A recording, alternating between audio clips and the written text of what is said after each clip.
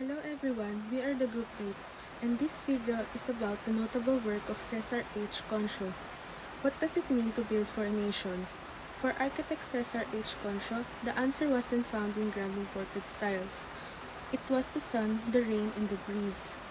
He was the master of tropical modernism, a pioneer who taught concrete to breathe and designed the modern Philippines that was truly, authentically in its own. Cesar Romero Concho Sr. was born on April 22, 1907, and died on August 19, 2003. He was a pioneering Filipino architect, educator, and administrator, celebrated for shaping the modern architectural identity of the Philippines in the post-war era.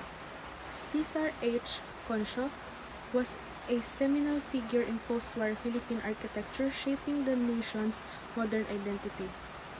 A UST architecture graduate and former president of the University of the Philippines, his practice defined the era of Reconstruction.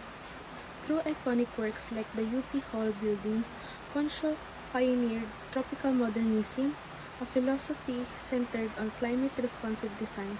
He masterfully used features like brise soleils or the sunbreakers and natural ventilation to create buildings that were not only modern and functional but also perfectly adapted to the Filipino environment and way of life. Cesar Concho's memory at the University of the Philippines is most vividly reflected in his two major works. It is Palma Hall and the Vinsons Hall.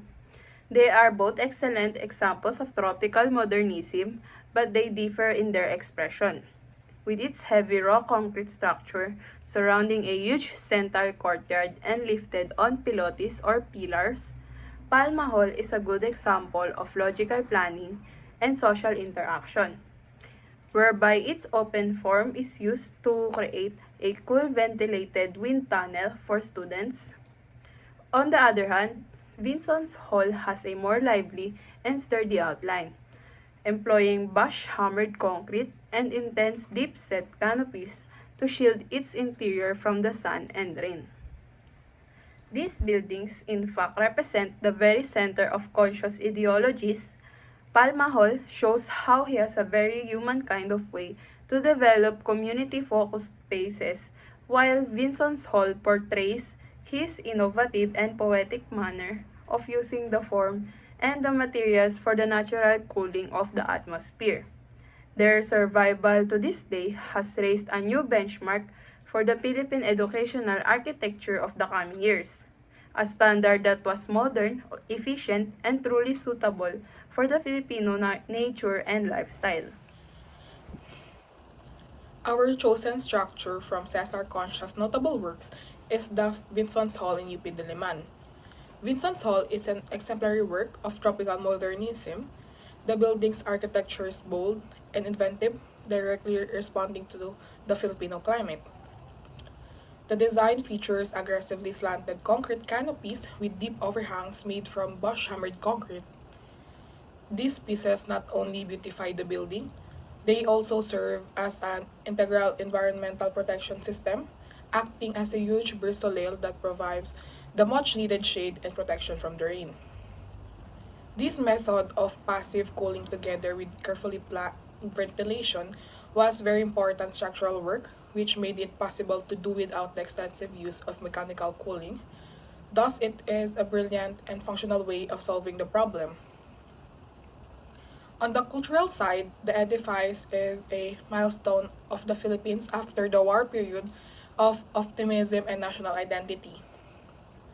Being the student union, it was designed as the democratic core of the UP campus, a venue for the community and discourse. Even more so, Vinsons Hall reflects a Filipino modern sense of identity through its interpretation of the age-old principles via a contemporary viewpoint. Its huge protection, roof and parts raised off the ground are the modern concrete version of the Bahay Kubo, a universal modernist material used to address local environmental challenges. Thus, it is a mighty symbol of progressive Philippines that is still culturally and conceptually very much alive. And that is all for the video presentation. Thank you very much.